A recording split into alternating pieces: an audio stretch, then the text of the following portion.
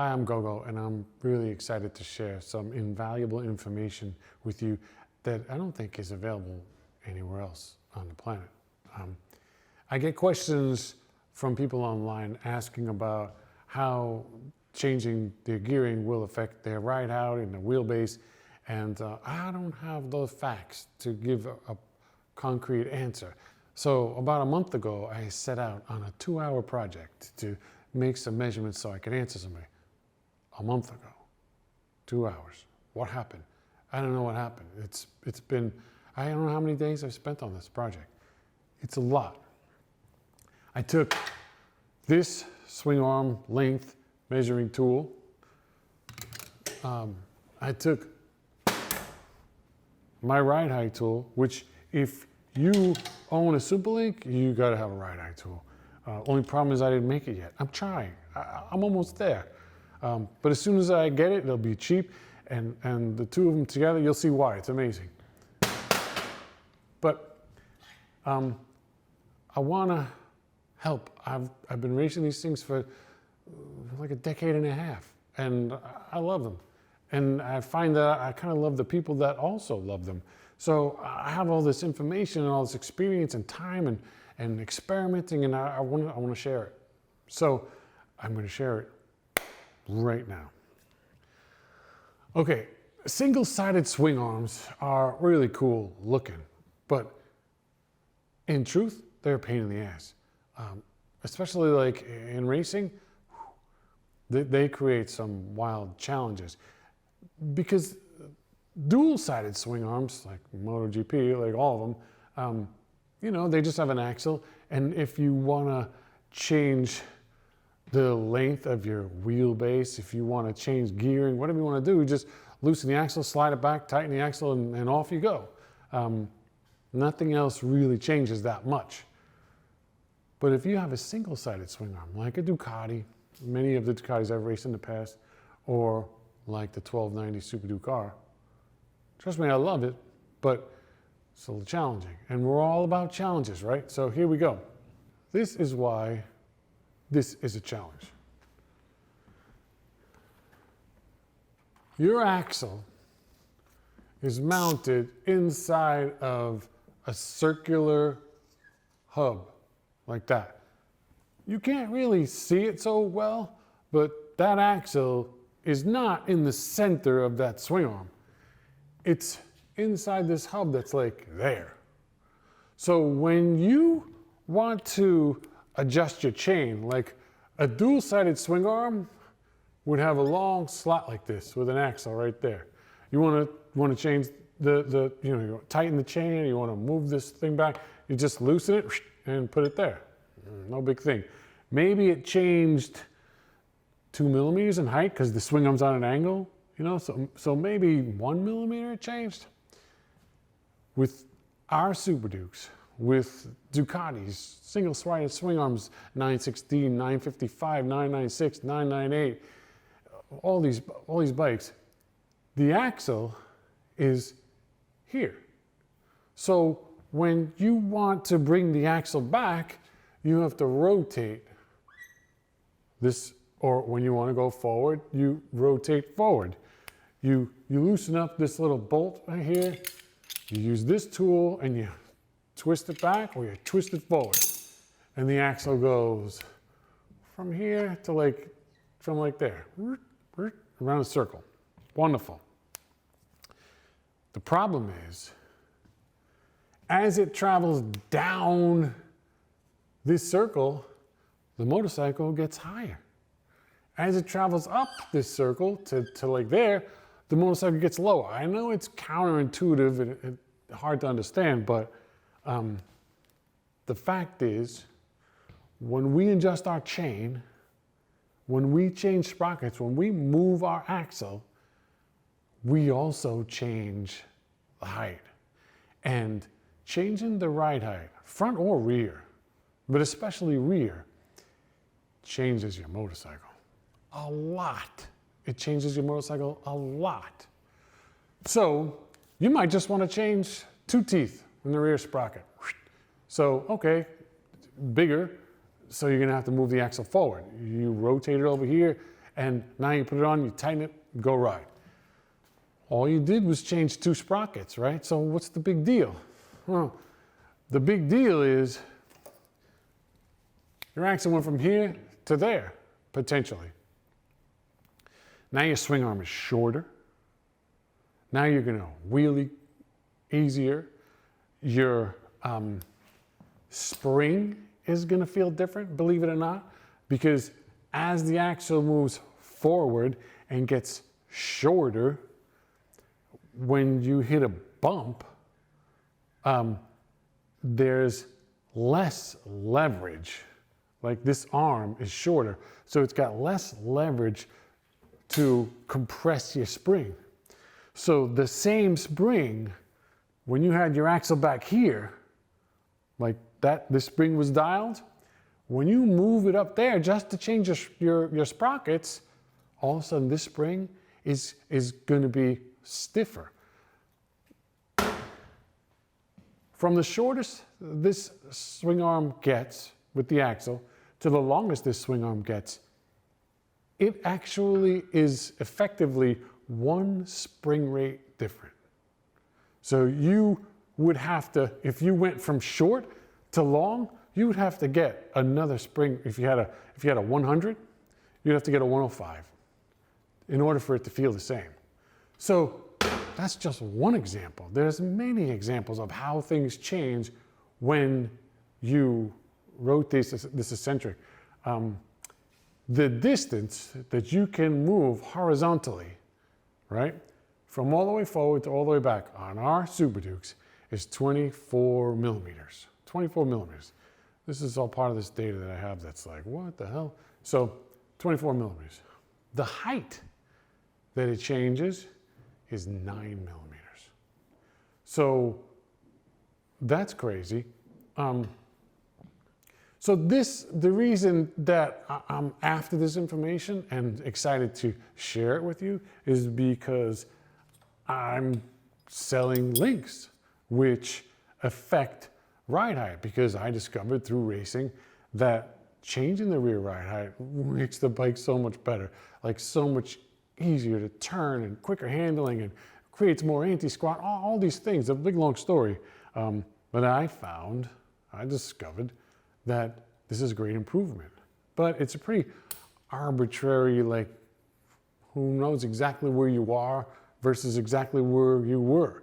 Like, who knows? What is ride height? What is the reference point? How do we know where we are, where we came from, where we're going? Now, today, finally, we know. So this can be confusing to understand how the numbers work out.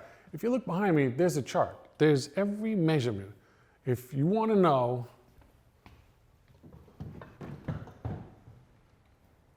if you have a 16-tooth front sprocket, no, let's say stock, right? You have a 17-tooth front sprocket, and you're using a 112 link chain, and you're having a 38 rear sprocket. That is stock. 17, 38. This is where you are. That 301.9 is 301.9 millimeters from my ride height tool. From this point to the center, I machined this knobby little friend. I stick in here, and if you want to be anal retentive, you can put a little square on here like this to make sure you go straight up and down, and then measure from that point straight up. Top of the tool, 301.9 millimeters is stock. So what does that mean? That doesn't mean anything. It just, this is a place that is repeatable. You could measure from your seat, from your tail section, but this moves a lot, and it's not always a consistent thing. This tool comes and always is in the same place. And I'm gonna make other tools to sell online, so you and we can both have the same ride height tool. So when I say, I put it to 330 millimeters, you can put it to 330 millimeters and then be like, oh yeah, you're an idiot. You don't know what you're doing. So the point is we all have the same reference point. So if stock is 301.9, I can now tell you, or you can tell yourself, when you look at this chart, or you can download it. I'm going to offer it for free at superduked.com, where I sell the links. It'll just be free. There you can download it. And it's all sorts of funny charts, really cool looking. I'll show you. But so you'll know 301.9 is stock. Now, if you're going to go, let's say you wanted to do 1740. You wanted to do 1740. So here you go. 1740, 112 link chain, 304.5. So you'll know that you just gained how many millimeters, right? You're going to know. Also, the other interesting thing, fascinating thing, is you'll know that your wheelbase just changed too. Your swing arm length just changed too. So stock was 301.9 height, but 604.75 millimeters in length. Now that's not to do with my swing arm tool. That's from the pivot, the center of the pivot, to the center of the axle. So stock, our bike stock have a wheelbase of 604.75. Now you change to 1740 with a 112. Because you're using a 112 link chain, the same chain as stock, and you're putting a bigger rear sprocket on, you're going to have to rotate the axle forward. There you go. So being that you did that, now you went from 604.75 to 596.75. So you lost some swing arm length. Because we have this data now, you could say, I don't think I want to lose swing arm length because the bike's going to wheelie more. And the closer your rear wheel gets to the motor, the more weight is on your rear wheel and the less on the front. So the farther back you go, the more weight's on the front, right? So you might want, so now you know, okay, different combination. How about if I still use 1740, but I use a 114 link chain? Now your length goes to 613 millimeters and your height goes to basically 304. So you gained 2.1 millimeters, 2.2 millimeters of height, and you gained 9 millimeters of length. Now that's kind of cool, right? But I'm the kind of person that looking at a chart like that with numbers and graphs and, oh God, I want to throw up. It's just, it doesn't resonate with me. I'm dyslexic after all. I'm a visual learner. So what helps me is to think of this whole world as a clock, the face of a clock. Visualize 12 o'clock, 6 o'clock, 3 o'clock, 9 o'clock. And so I actually took the data from this chart and plotted it onto the face of a clock. So you can know, in a more user-friendly way of thinking, you can know what gearing is at what place. For instance, stock gearing is about 10 minutes to 12. I know it's weird, but it works. Let's take the scenario of if stock is 1738, that's here on the face of a clock. Now, if you want to move to 1740, that's here on the face of the clock. And both of these are 112 link chains.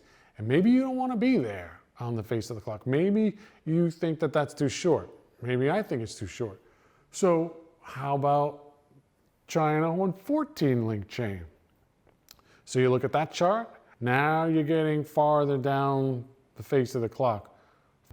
Now you'll know where you are and where you might want to be. Okay, so the next element of this conversation can be pretty long-winded at times. So I'm just going to hit on stuff generally speaking, because you might be saying, well, okay, so this change gives me 106 millimeters trail, and this change gives me 103 millimeters of trail.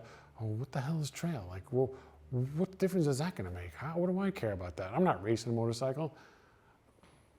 Let me tell you something. Yeah, maybe when you're racing and going super fast at track days, subtle changes will feel more obvious, will feel like they have more of an impact on your experience on the bike, your feel, what's happening. The faster you go, the more things get a little bit exaggerated.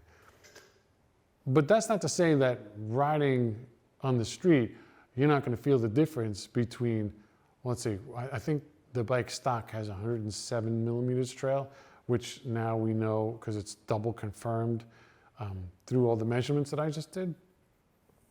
So we know that the stock bike has 107 millimeters of trail, which in my opinion is very slow and very stable and, you know, wonderful if that's what you're after.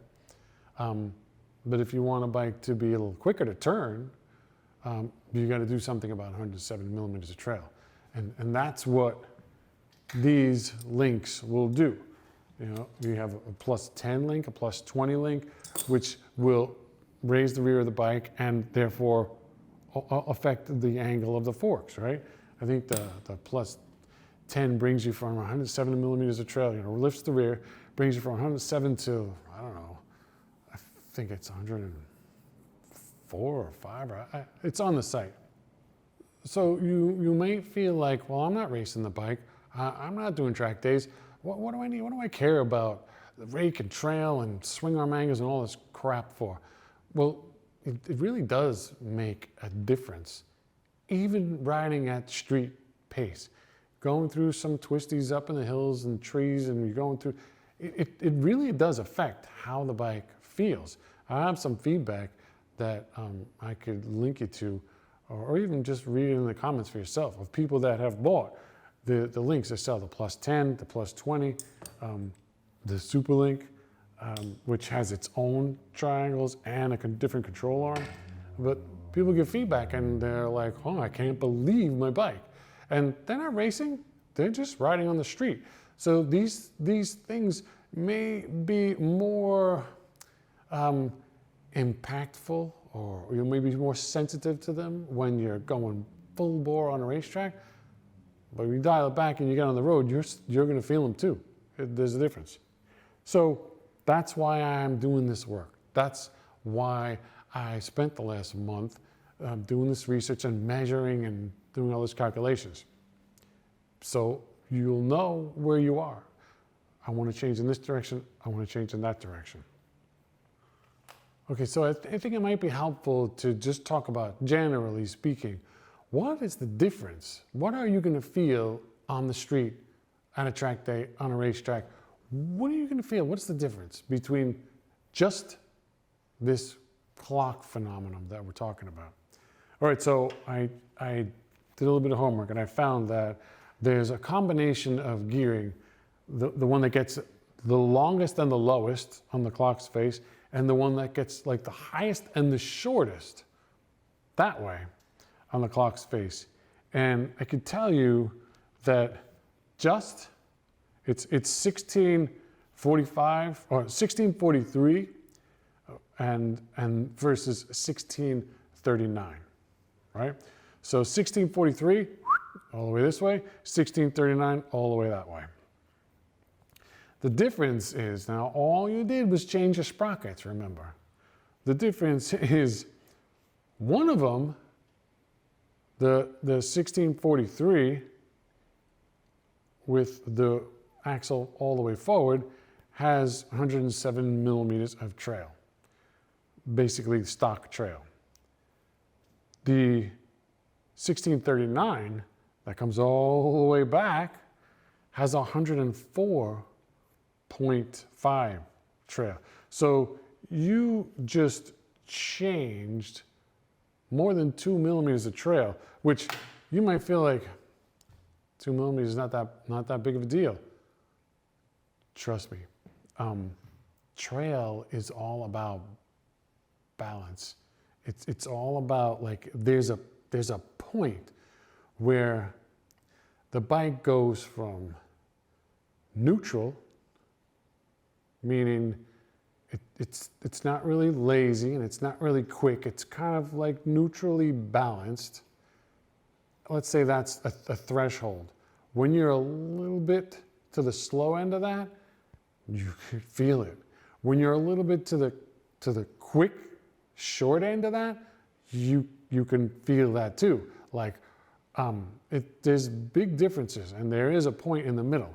And 106.7, 107, that's pretty far on the lazy side of it. It's just a few millimeters, right? Just a couple of millimeters. But those couple of millimeters, you can feel a difference. When you get, I raced this bike at Laguna Seca last month with, I'll put that into perspective for you. Stock, we said the stock ride height is 301.9. I raced it at 333 millimeters. And that's jacked up like this. And I had 98.7 millimeters of trail. That's way on the short, flicky side of that threshold line. And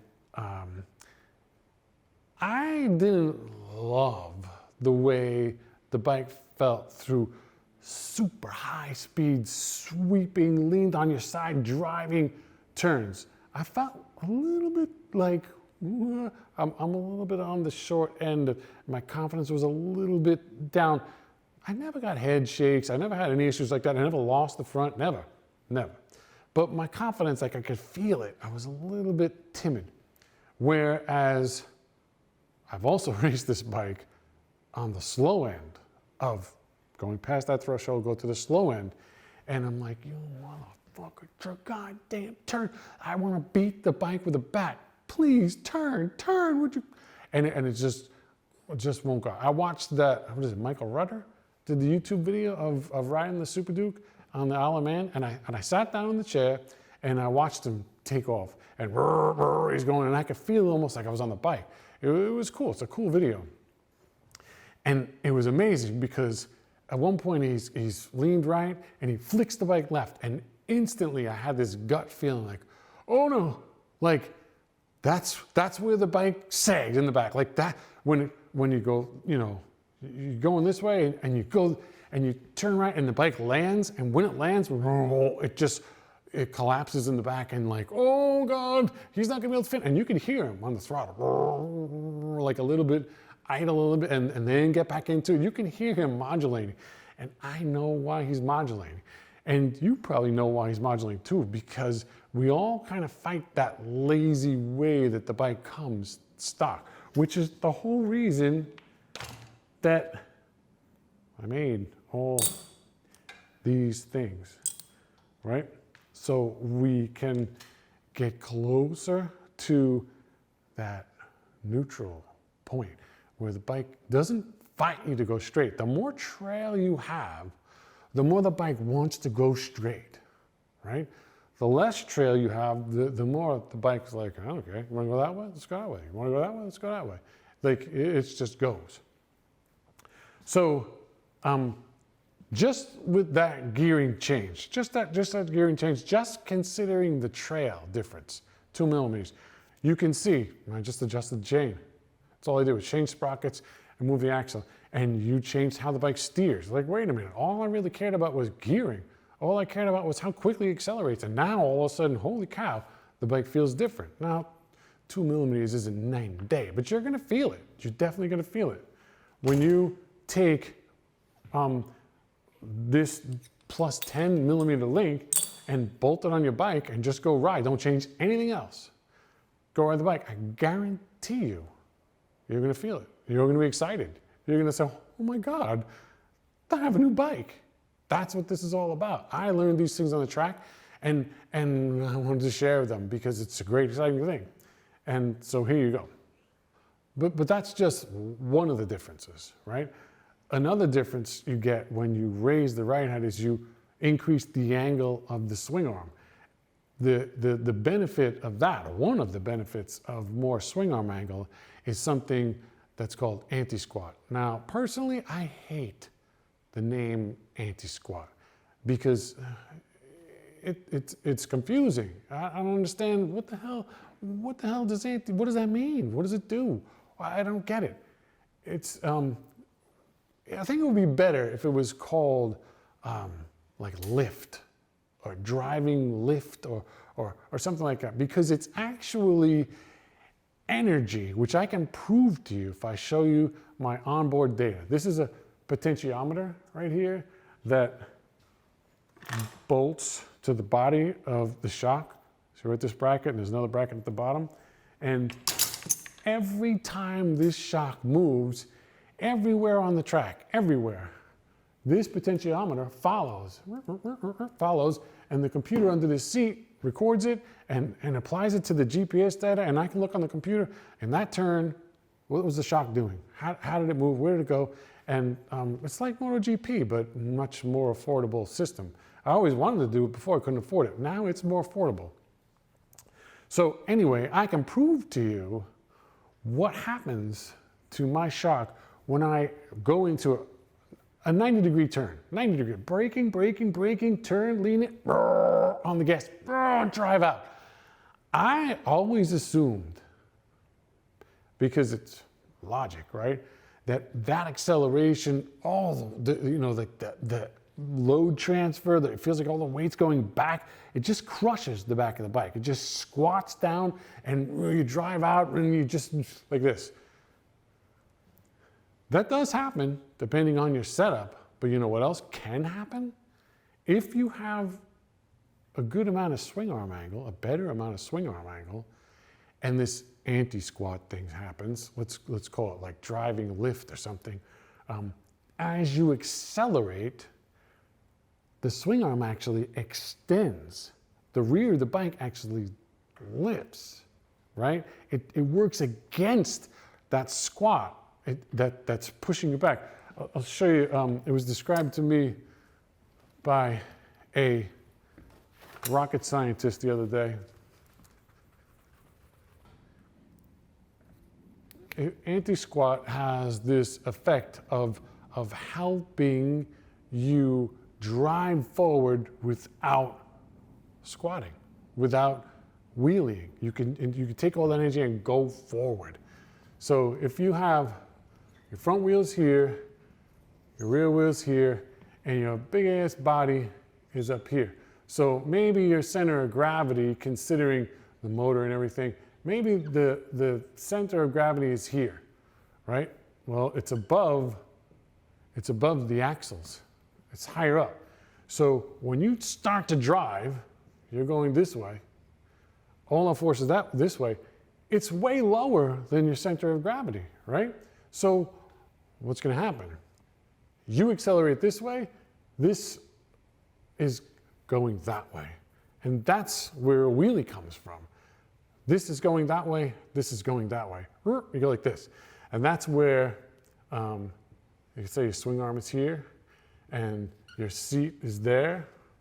Here's your butt. You start accelerating like this, and this energy comes this way, and this just squats, right? That's what you think squats.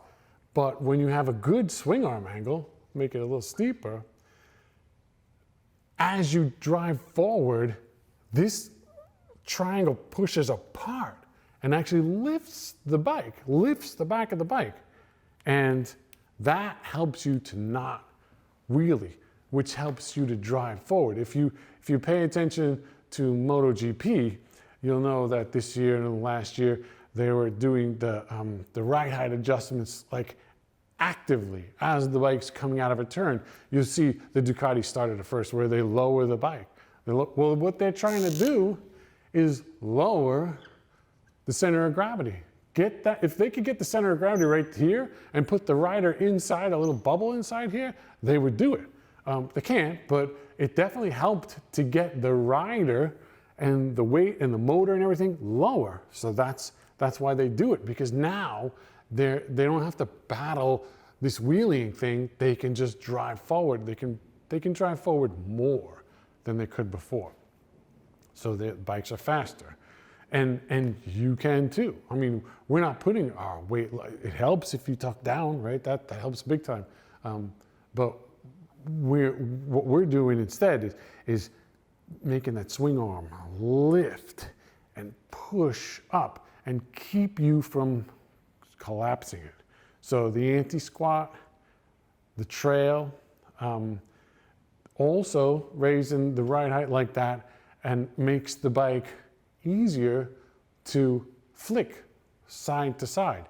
So bike almost feels lighter. It's odd.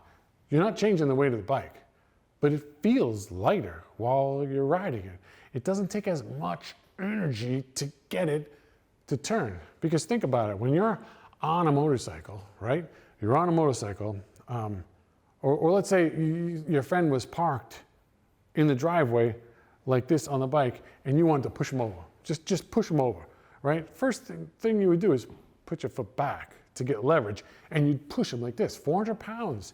Plus the guy is 150 pounds, 200 pounds. It takes a lot to push him over, right? Now imagine you are on your bike. You got a front wheel and a rear wheel and you're bouncing as you go down the road. You want to just throw that bike into the turn? You want to throw it, right? How the hell are you going to do that? Where's your leverage? You're going to push against a tree? Push against what? There's no leverage, right? You have to do it all with the bars and counter steering and stuff.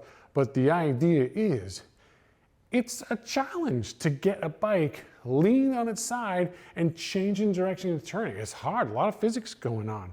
So when you design a bike with a lot of trail, so it's stable, it's even harder to get it to turn.